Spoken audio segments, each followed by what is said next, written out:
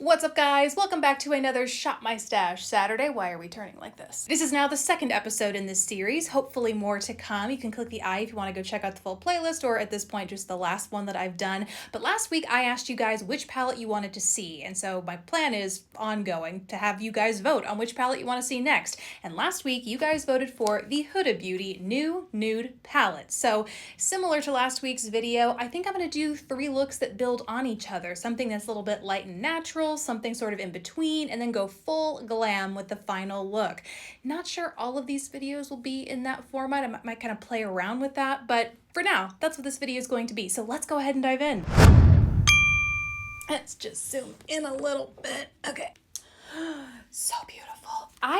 I forget how versatile this palette is because in my mind, this is a pink and mauve palette. And at face value, that's really what it is. But what I continue to forget until I take like a good second look at it is that there are a good mix of textures and finishes because you get these kind of marbly sort of, what's that? Like robin's egg sort of speckled? No, robin's egg is like a blue, but they're speckled. The speckled shadows give you a really pretty shift, and then there are 2 glittery shades in here. This is just a really pretty versatile palette. So we're gonna see just how much it can do today. I'm first starting with priming my eyes, and this palette actually comes with a cream primer, which I'm surprised to say has not been contaminated by the other powder shadows. I remember when I first got this, my main gripe with it was that there wasn't some sort of shield, plastic barrier, anything protecting that cream from the other powders falling into it, like the Natasha Denona Bloom Blush and Glow palettes where there's like a little partition.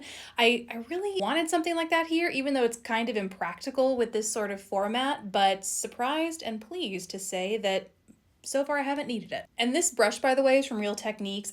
This was one of the first brushes I ever got from them, from their very first basics set. I ran over it with my chair. You can see it's a little flattened, but I forget what it's called, but it's like the classic dense domed brush, and any similar brush like this will do. So for the first look, like I said, keeping it super simple, I'm going to define the crease a little bit with this shade Teddy down here in the corner using a Smashbox shadow blending brush. And my plan is for this to be the only brush I use with this first look, and I'm just gonna add a little bit of depth. I got a cashew in my throat.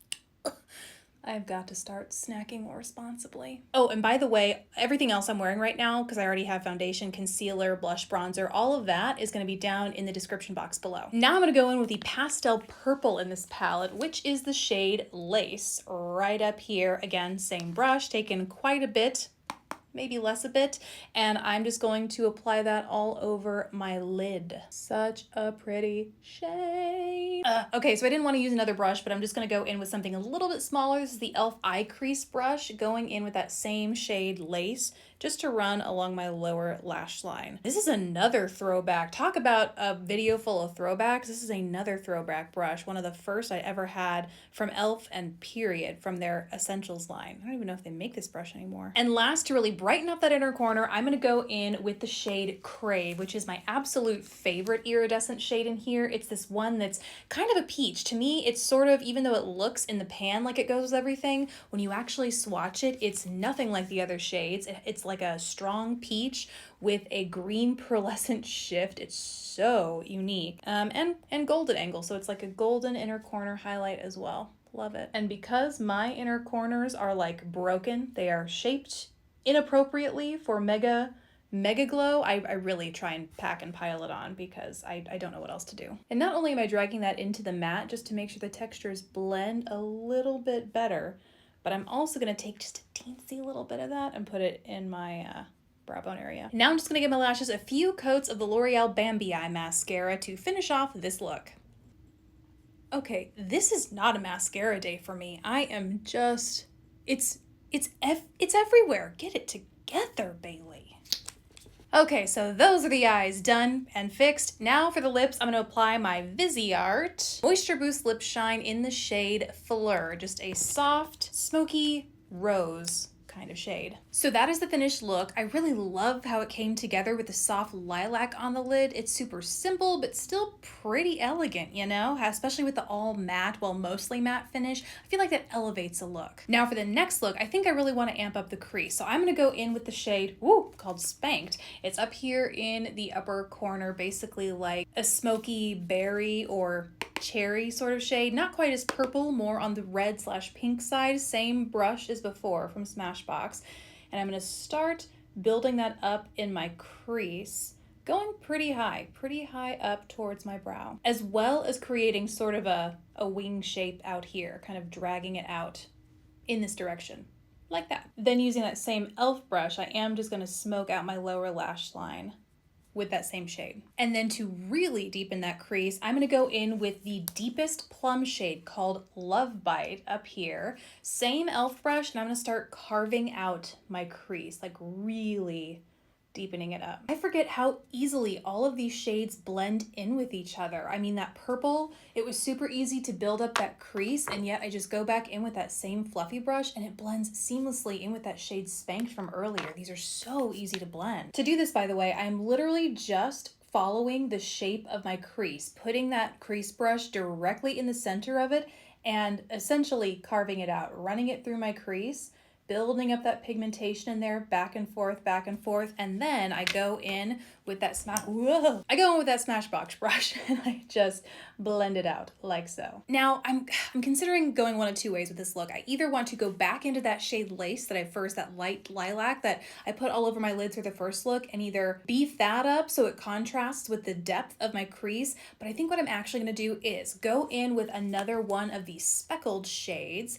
I am thinking maybe this guy this pink one, which is the shade Daydream.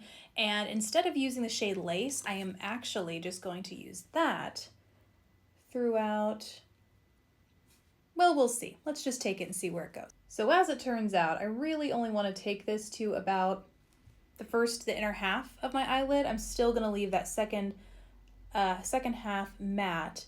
And to blend the two together, I am just going to take my finger like that. And now, because I currently have the too much compulsion going on, I'm gonna make it a little funky with some colorful liner. This is a ColourPop cream gel liner in the shade Piggy Bank, which is really just like a vibrant purple. I'm gonna run that along my lower lash line, but keep in mind you do not have to do this part of it. If you just want to keep it very classic, maybe even use a flesh tone liner or a brown liner, or really no liner at all. I don't know if this look requires a liner, but I'm just feeling something a little bit different, you know? And that is look 2. Okay, now onto the last look. I'm doing a cut crease. I'm so excited. So I'm going back into the primer that I use, like the only cream shade that comes in here, and using an angled liner brush. This one is from Inglot. It's the 31T. And I'm just gonna get some of that primer on there and start carving out, starting at my inner corner, carving out my crease, and we'll see how this goes. This is no P. Louise base, so I don't know that it's gonna be opaque enough to truly cancel out all the pigment I already have on my lids, but worth a try. So far, so okay. It's not the sharpest cut crease in the world, I would say, if I'm being honest. And then I'm also going to do like a little wing, sort of negative space situation here. I will say there is some definite muddying of colors here. This cream base is now definitively like a pink sort of base. But it is creating the desired effect.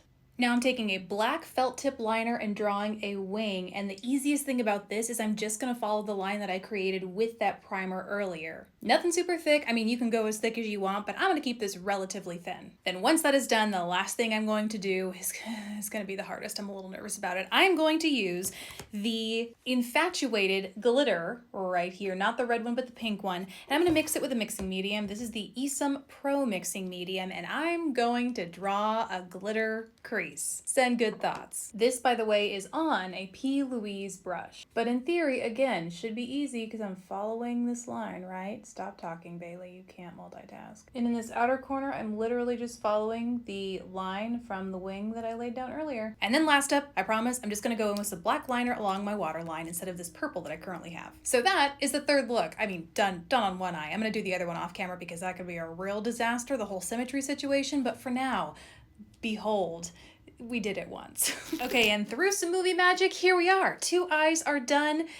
you know how it goes. The second eye is just not quite as great as the first, but I have to say, from afar, I do like how it went. And overall, I do like the 3 different looks we got from this palette. So those are my 3 looks. Let me know what you guys think below. And also, don't forget to let me know which palette you guys want to see in next week's video. Vote in the poll. The polls in the cards are going away at some point on YouTube. It stinks, but they are still doing them in the community tab. So that's where I'll continue to post them, as well as maybe on Instagram. So go follow me there. But be sure and vote. Let me know which palette you want to see in next week's Shop My Stash Saturday. Thank you guys so much for watching. Please don't forget to subscribe if you haven't already, and I'll catch you in the next video.